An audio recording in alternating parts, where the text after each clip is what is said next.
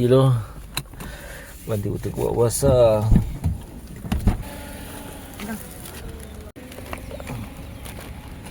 Puasa 9.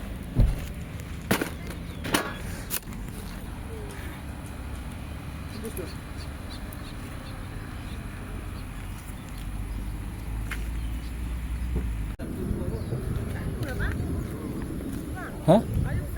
Satu ni tengok. Tak tengok. Ayuh. Satu lega. Satu lega. Apa lah? Kami jauh ni. Itulah. Mana? Jauh ni? Oh. Dari KL lah. Kami pergi KL. Terbalik pula. Balik. Satu lah. Tiga dah. Tak apalah, terkejut kan. Terkejut raya macam itu. Satu lega. Macam itu ada 2022 tu. Lah. Satu mengejut. Mengejut lah. Kita duduk situ lah. KL kau balik? Puncak Alam. Oh, Puncak Alam dekat rumah kami. Kami kat area apa? Sujana Utama tu. Oh, dia dekat lah. Yang depan. Sebelah ya. Sebelah. Apa kami Melbourne Sempak tu. Oh, bukan dekat situ. Kat Melbourne Sempak. Sebelah ya. Dia berjiran.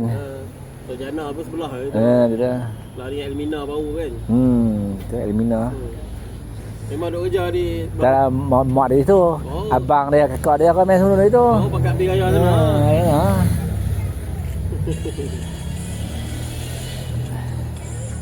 Kampung macam mana kampung? Saya Kuala Kurau Perak.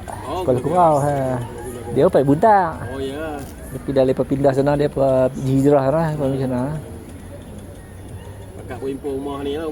Mak dia, kakak dia. Biasa. Ya. Ya, baik bang. Solat lah.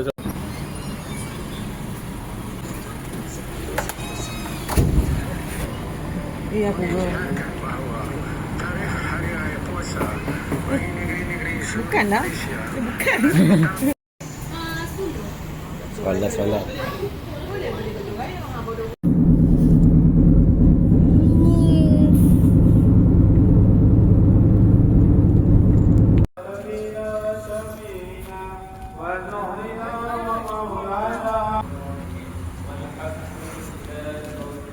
أمير المؤمنين سيدنا أبو بكر الصديق. الله أكبر. بسم الله الرحمن الرحيم. اللهم صل على سيدنا ونبينا وشفيعنا